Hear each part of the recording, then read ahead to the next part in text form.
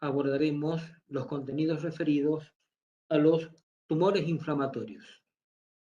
Si analizamos la etimología de los términos que la componen, el término tumor implica simplemente el aumento de tamaño de un tejido.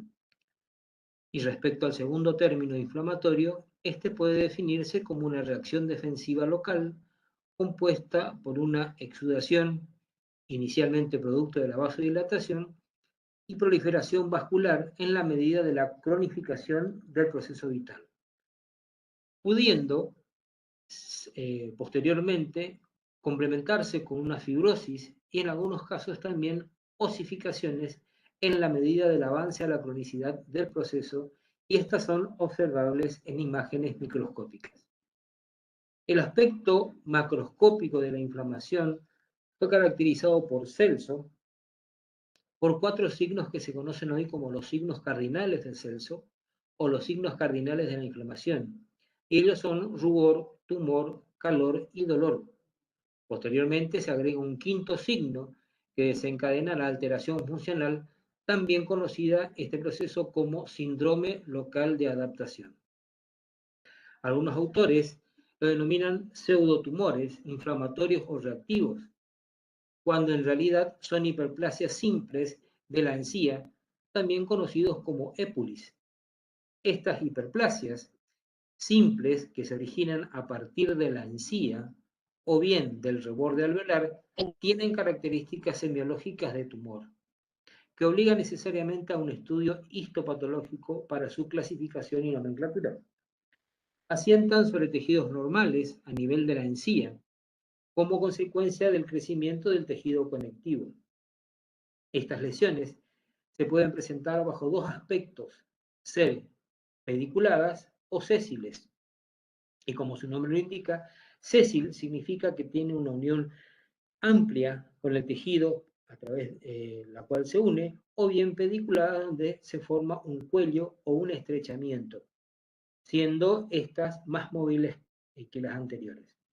Estas lesiones se pueden presentar bajo 2 aspectos y ser estos 2 aspectos y ser las mismas variables en el tono del rojo violáceo en el caso de los procesos granulomatosos, o bien virar hacia el rosa pálido en aquellos que tienen una predominancia fibrosa. Estas hiperplasias siempre se localizan preferentemente en la arcada superior, entre los incisivos laterales y caninos, y muchas veces en el maxilar inferior entre premolares y molares. También se pueden ubicar en zonas desdentadas y de preferencias hacia vestíbulas. Es importante recalcar que la denominación de tumor es inespecífico, porque tumor es solamente el aumento de tamaño de un sector determinado. Respecto de la etiología de este tipo de lesiones reactivas, es muy variada. La naturaleza de la misma puede ser muy amplia, y entre las que podemos citar a las noxas, que pueden ser de origen físico, químico, microorganismos, o bien otros elementos que actúan como elementos irritantes y producen el desarrollo de estas tumoraciones. Específicamente son noxas de origen traumáticas, entre los que predominan la de orden dentario o bien protético. Pueden ser irritaciones mecánicas, producto de caries, del tártaro, de espículas óseas, también de restos radiculares, o bien secuelas de extracciones, secuestros y amalgamas. Como podrán ver, es muy variada la gama de agentes que pueden actuar como elementos irritativos o noxas. Es importante mencionar la acción microbiana o infecciosa asociada a procesos como, por ejemplo, el tártaro dental, la placa bacteriana, procesos periapicales específicos. También es importante mencionar a aquellas que son noxas del tipo químico y ya caracterizadas por ser tóxicas, como por ejemplo la administración de la dilantina. Y por supuesto, la de origen hormonal o endocrinas, entre las que se citan de preferencia a las diabetes, a variaciones a nivel de concentraciones hormonales, por ejemplo, en el caso de la pubertad, como consecuencia de la administración de anticonceptivos. Presentes también están, entre estas, las variaciones hormonales en el embarazo y, por supuesto, en la menopausia. Como veremos más adelante, existen tumores inflamatorios asociados a estas variaciones hormonales o bien a estos estadios fisiológicos conocidos como embarazo y menopausia. Existen casos como que el factor etiológico es único, pero también se pueden dar otros casos clínicos resultantes de la combinación de varios de ellos. Así podemos abordar que existen diferentes formas clínicas de presentación de estas hiperplasias simples. Así tenemos que la más común son el granuloma telangiectásico de encía, la hiperplasia gingival fibrosa circunscripta, que esta, la última, es secundaria a la anterior. La hiperplasia gingival fibrosa circunscripta primitiva, la hiperplasia gingival fibrosa circunscripta con osificación, que es posterior a esta. ¿Por qué decimos que la de osificación es posterior a la hiperplasia gingival fibrosa circunscripta? Porque el proceso de osificación que se produce en el estroma de la granulación no es otra cosa más que una reacción a la noxa, al irritante. Entonces, el organismo primero, como consecuencia del desenlace del proceso inflamatorio, hace un aporte vascular al sector para que lleguen muchas células y puedan inhibir esa noxa. Luego, si esto no alcanza, pasa a la cronicidad y proliferan los vasos. Si con esto no se consigue circunscribir o eliminar la lesión, se producen fibras. Y por último, la reacción para tratar de enuclear ese agente externo, noxa o irritante, es la osificación. Por eso decimos que la hiperplasia gingival fibrosa circunscripta con osificación es posterior a la anterior, conocida como primitiva. La hiperplasia granulomatosa gigantocelular periférica, el granuloma piógeno, el tumor del embarazo y por último la hiperplasia paraprotética, también conocida como Epulis fissuratum, estas formas clínicas de hiperplasia simple fueron listadas y son las que se desarrollarán a continuación. Así tenemos que el granuloma telangiectásico de encía es una lesión hiperplásica simple de células endoteliales reactivas caracterizadas por un tejido de granulación excedente. Este tipo de hiperplasia se origina a partir de la papila interdentaria y lo más frecuente es que se localice en la encía superior y por vestibular, preferentemente en el sector comprendido entre caninos superiores. Clínicamente, la lesión tumoral es de color rojo intenso, es circunscripta, es esférica o semiesférica, de sangrado fácil. La superficie de la lesión puede presentar un aspecto erosivo. Básicamente, la forma clínica más común que presenta es la forma pediculada. Toda la lesión es muy friable. Y fíjense, remarquemos que la superficie de la lesión puede presentar un aspecto erosivo, ya que se expone por la proliferación externa, por el crecimiento exofítico de la misma, se expone a acciones traumáticas, de allí el aspecto erosivo. Y también las características de ser muy friable, es decir, muy sangrante, porque los mismos traumatismos externos producidos por las maniobras comunes de la boca, ya sea el habla o la masticación, pueden producir alguna erosión o lesión en su superficie, lo que genera una hemorragia. Es granulomatosa, aunque en algunos casos puede presentar otras reacciones inflamatorias. ¿Por qué decimos que es granulomatosa? Una granulación no es otra cosa que una proliferación de vasos. Quiere decir que en esta proliferación de vasos va acompañado además de una característica sintomática muy baja, porque el dolor es escaso debido a que las granulaciones no presentan crecimiento de entidades nerviosas. Sí hay una proliferación de vasos, no de estructuras nerviosas que le dan sensibilidad. Por ello es que este tipo de granulomas son muy poco sintomáticas. Es decir, el dolor es escaso. Salvo que se traumatice o irrite, puede evolucionar hacia la hiperplasia gingival fibrosa circunscripta o secundaria. El granuloma telangiectásico de encía puede responder también a causas endócrinas, como aquellas que dan por modificación de los valores hormonales en el caso de la pubertad, el embarazo, diabetes y en mujeres adultas. La hiperplasia gingival fibrosa circunscripta es la hiperplasia a tratar, es este tipo de hiperplasia que no es más que la transformación fibrosa de la lesión anterior. Es lo que le había mencionado anteriormente. Toda lesión que responde en forma crónica produce la proliferación de vasos. Cuando esta proliferación de vasos no alcanza a eliminar o disminuir la acción de la noxa, genera en su interior la proliferación de fibras. Entonces, esta lesión se vuelve fibrosa y se vuelve más consistente. Es decir, no es otra cosa, y repito, que la evolución de la anterior, en la cual se desarrollan fibras en su interior, pudiendo coexistir los dos estadios clínicamente, y como consecuencia de la proliferación de fibras en su interior, la lesión tumoral tiene un color rosado, circunscripto, no tan sangrante como la anterior, aumenta la consistencia y el colágeno que está en el interior es laxo y luego, posteriormente, se vuelve denso. Es decir, cuando ustedes tienen una lesión granulomatosa y esta es de color rojo vinoso, tiene gran proliferación de vasos.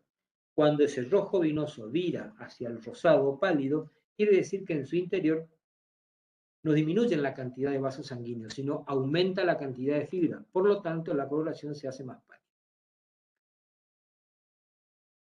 La otra lesión importante a tener en cuenta es la hiperplasia gingival fibrosa circunscripta primitiva. Es una hiperplasia de colágeno denso desde el inicio y fibrocitos, adultos. Esta se caracteriza por estar provocada por una irritación crónica gingival y se da preferentemente en jóvenes entre 12 y 20 años de ambos sexos. Y la localización primordial es en la zona gingival entre caninos y específicamente entre los incisivos centrales. El aspecto clínico es de una lesión proliferativa de color rosado que se ubica preferentemente entre las piezas dentarias desplazándolas. En este caso, ustedes pueden ver que existe una proliferación que se ubica entre canino y incisivo lateral inferior, una mayor proliferación hacia lingual. Fíjense el color de la lesión y fíjense la presencia del tártaro. Y es muy probable que ese haya sido el irritante que haya generado esta hiperplasia gingival fibrosa circunscripta primitiva. La clínica es similar a las anteriores, pero la diferencia está en ubicación y básicamente las características del inicio. En esta, recuerden ustedes que se hablaba de que inicialmente era una lesión gingival fibrosa. Otra lesión tumoral inflamatoria es la hiperplasia gingival fibrosa circunscripta con osificación. Esta hiperplasia gingival fibrosa aparece a cualquier edad, con mayor incidencia entre la segunda y tercera década de vida, con una ligera predilección por el sexo femenino. La clínica es similar a la anterior, pero en esta se palpan sectores duros, que son componentes óseos, y se caracteriza por ser una tumoración sésil o pediculada de consistencia firme y en algunos puntos duros, coincidentes con la osificación que sucede en el estroma del tumor, de este tumor inflamatorio. Es de color similar a la encía que lo rodea, con una superficie frecuentemente ulcerada por traumatismos bucales propios de la función, cuyo tamaño rara vez sobrepasa los 15 milímetros de diámetro. Las características de las ulceraciones y de las erosiones son las mismas que las que le había expuesto en las otras lesiones que fueron descritas con anterioridad. Otra lesión es la hiperplasia granulomatosa gigantocelular periférica. Esta es conocida como también épulis de células gigantes. En algunos casos lo van a encontrar con la denominación de osteoclastomas, granuloma de células de reparación o hiperplasia de células gigantes.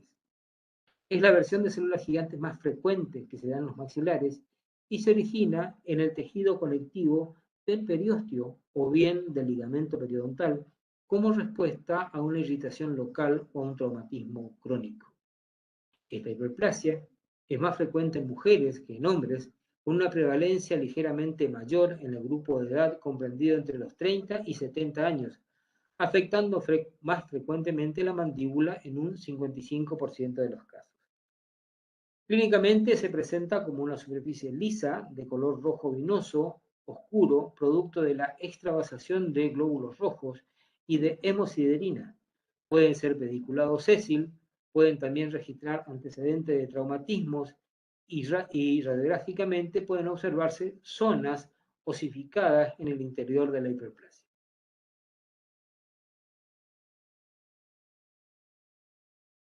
El otro tumor inflamatorio, también muy común, es el granuloma piógeno, también conocido como botriomicoma. Es el tipo de hiperplasia inflamatoria más frecuente de la cavidad oral y esta se caracteriza por una proliferación exuberante de tejido de anulación debido a una relación exagerada a la irritación crónica. La etiología de esta lesión reactiva responde a la acción de varios estímulos de bajo grado, entre los que se pueden encontrar traumatismos repetidos, sumado a agresiones morales y en algunos casos también farmacológicos. Clínicamente se observa como una superficie rojiza, sangrante, indolora, sésil o pediculada. Pueden observar en estas lesiones los granulomas piógenos que se presentan para ustedes. No se trata de una evolución a la fibrosis y una calcificación posterior. Debe tener en cuenta que esas son lesiones muy recidivantes. Otro tipo de tumor inflamatorio o de hiperplasia inflamatoria es el tumor del embarazo, también conocido como épulis gravídico. Se presenta en mujeres gestantes y suele, como consecuencia de los cambios hormonales, preferentemente en los 3 primeros meses de gestación, se localizan en la región gingival. Se acompaña esta lesión de gingivitis que puede asustar al paciente por su aspecto tumoral. No está relacionado con el grado de aseo bucal como las anteriores, o bien puede reaparecer en embarazos posteriores.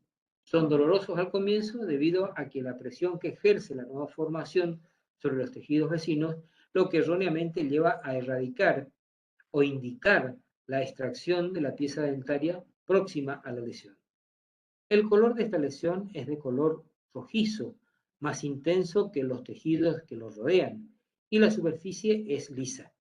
No sangran espontáneamente, sí sangra o el crecimiento cubriendo la superficie dentaria está indicada para su extirpación. Son generalmente de superficie blanda y a veces ligeramente fibrosados, es decir, de consistencia más dura. Generalmente las de mayor tiempo de evolución pueden estar fijos, aunque también pueden ser móviles. Este tipo de lesión puede involucionar espontáneamente en el posparto. De no ser así, requerirá un tratamiento quirúrgico para su remoción completa. Y finalmente tenemos al Epulis fissuratum, que es una mala denominación porque, como tal, esta no se origina a partir de la encía, sino que se ubica en los surcos gingivales o rebordes alveolares, preferentemente cercanos al fornix. Se trata, en este caso, de una hiperplasia fibrosa de los surcos vestibulares.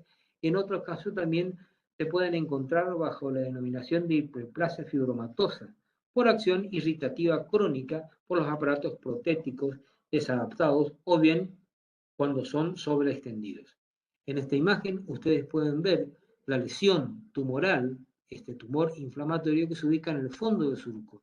Y este presenta, fíjense ustedes, una fisura media, una línea donde coincide el borde libre de la prótesis. Es decir, esta prótesis fue el irritante que produjo la tumoración, en este caso denominado Epulis fissuratum. Difícilmente de eliminada la prótesis, este tipo de lesiones pueden remitir, porque también en su interior se produce el desarrollo de fibras, los cuales llevan a la persistencia de la misma luego de eliminado el factor irritante. Es decir, si nosotros retiramos la prótesis, es muy probable que solamente remita toda la parte inflamatoria y la parte fibrosa permanezca como tal, independiente de la causa que lo dio origen. Estos Epulis fissuratum, al igual que los anteriores, no guardan una remisión completa, por lo tanto, el tratamiento es su escisión quirúrgica. Y por último, hablemos de la evolución y pronóstico. Como primera característica, estas lesiones no sufren transformación maligna, es decir, no tienen potencialidad de transformación maligna. Por lo tanto, el pronóstico es benigno. Al margen de las alteraciones que pueda generar como consecuencia de las incomodidades, el sangrado y eventualmente el dolor de la presencia de las mismas en boca, el pronóstico sigue siendo benigno. El tratamiento que se propone, salvo algunas lesiones donde pueden remitir en forma espontánea, por ejemplo, tumor del embarazo, donde se habla de que las mismas, luego de cursado esta instancia fisiológica, pueden remitir porque se asocia y guarda una relación con las variaciones hormonales de la mujer embarazada. Entonces tenemos que este tipo de lesiones, vale aclarar que no tienen transformación maligna, que el tratamiento es básicamente quirúrgico y este consiste en la eliminación completa de la lesión para tratar de evitar que se instale una recidiva, pero no del tipo maligno, sino una recidiva por haber dejado algún componente vascular, la cual puede volver a progresar si existen noxas que la vuelven a estimular.